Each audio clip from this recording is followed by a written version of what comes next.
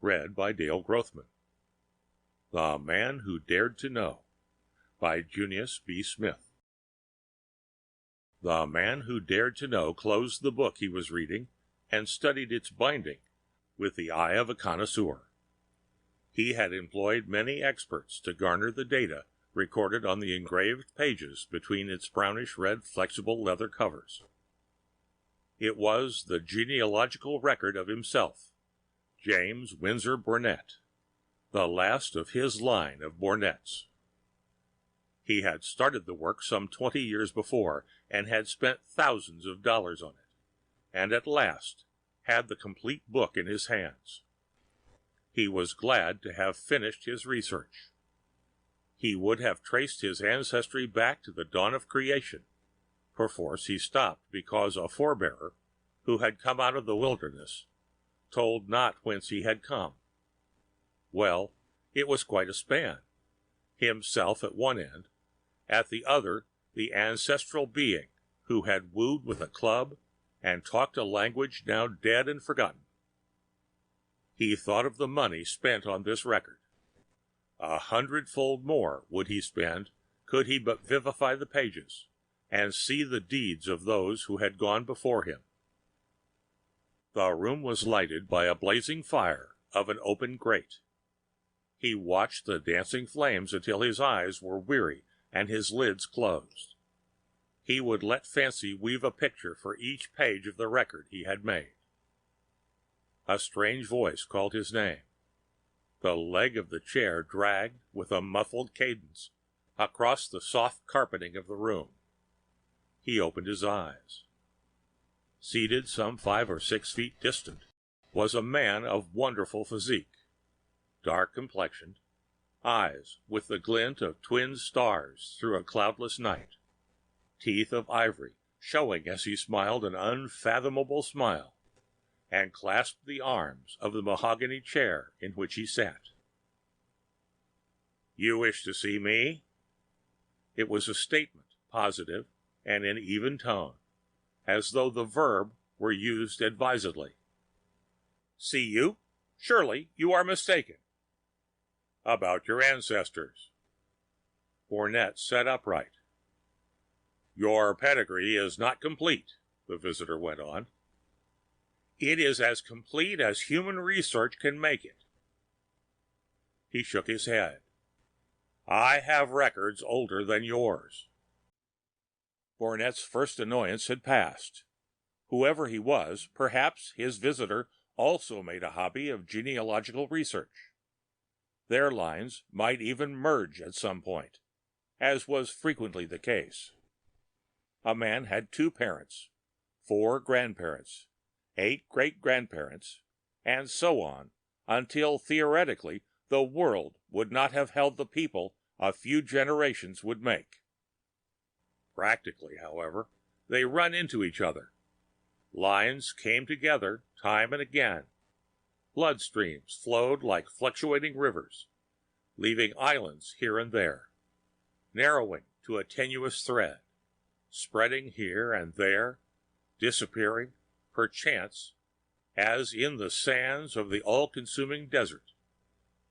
As for himself, he had traced his own blood back through devious channels until its source became lost in antiquity, the furthest removed authentic ancestor being he who had wooed with a club, had come out of the wilderness from nowhere, and had told no one who he was.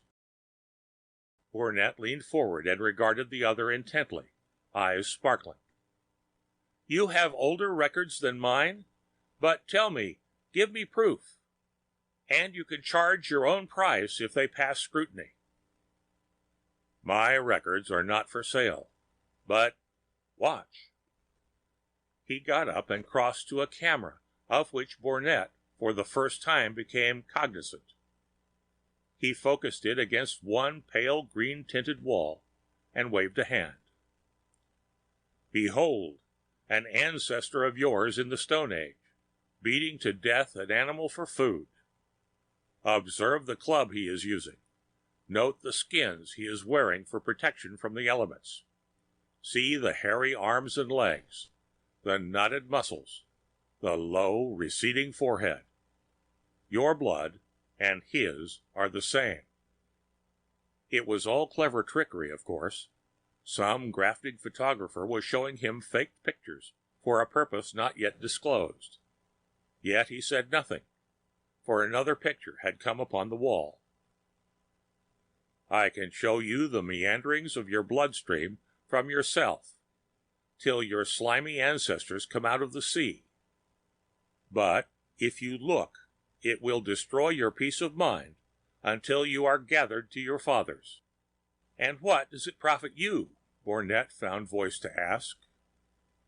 Kind must seek its kind, the restless consort with the restless. I would have company in my suffering. His manner was intensely serious. Show me things no one but myself knows, Bornette temporized. The stranger turned to his camera, and Bornette saw himself as of the present. And hiatus and secret events were depicted. He saw his life weave back to the days of his boyhood, to the river, in which he had died save for a piece of floating wood caught in agonizing struggle. There, against orders from home, he never told. He saw his most sacred castles in the air, the soul travail through which he had one time passed. Go on, he exclaimed in exquisite torture. Show me who I am, whence I came, whither I may go. Of the future it is not given for me to say, but the past, again I warn you. Dare ye take the risk? Bornette laughed shortly. I will take the risk. I dare to know. A man, naked, save covered with matted hair, squatted before a fire. The burning sticks pointed like the spokes of a wheel.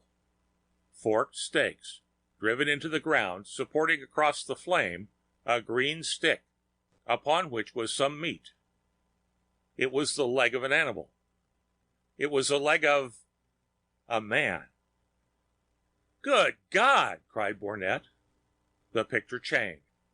A beautiful woman, dressed in richest medieval silks, flashed before his vision. Honored in history, you descend through her. A child was spirited away and given to the heathen, become as another race. Her child, no one knew save herself. The father died that he might not tell. Bornette watched the child grow and become a mighty hunter, watched him rise to the command of his nomadic tribe, saw depicted the wars that netted to himself and the tribe members mothers for their children. He shuddered in fascinated horror. Abruptly another form appeared. An impassioned orator in Roman tunic was haranguing an excited mob. Words fell from his lips in liquid fire. Bornette found himself on his feet, wildly cheering what the orator, his kinsman, said.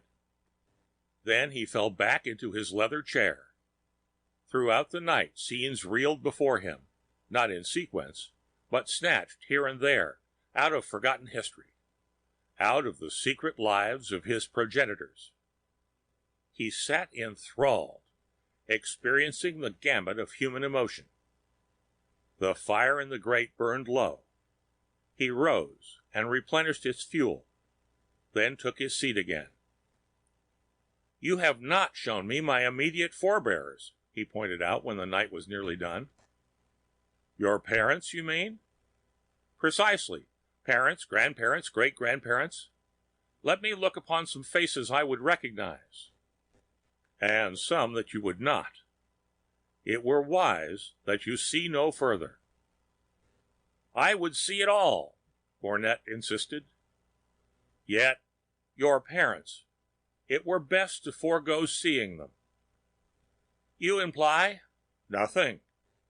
Then proceed with the pictures. But before you do, who are you anyway? His visitor regarded him intently, fully a minute before he answered.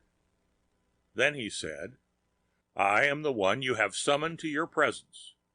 I am the one come to wreck your house upon the sands. The lives of others are their own, and woe unto him who seeks to wrest from them their secrets. Behold, the price you pay for transcending the bounds of material self. He turned and flung on the wall a picture of two strange people. Your parents, their meeting, their wooing, their marriage, the child that was born to them. Yourself, your early life, the adoration of your father and mother, their poverty, starvation. It threatens to lay hand upon you. The sacrifice. You are taken away and given to another. History ever repeats itself with variations. Your foster parents, whom you have always thought your own. Burnett sprang to his feet and closed his eyes in agony. My God, it can't be true. The other laughed with ironic fiendishness. But my parents, who are they? Do they live? Their names? Can I find them? Share with them my wealth. His hands gripped for support as he reeled against the table beside which he had been sitting throughout the night. And his visitor mocked him. I told thee thou couldst not ask of the future. Silence came down as a pall. Some way, Burnett knew it was the end. He opened his eyes. Of the visitor or his camera, there was not a sign. One hand, still upon the table, touched a leather-bound volume, viewed with so much pride the night before. He picked up the book and riffled its leaves. Then he tossed it into the fire and staggered from the room. The end of The Man Who Dared to Know by Junius B. Smith.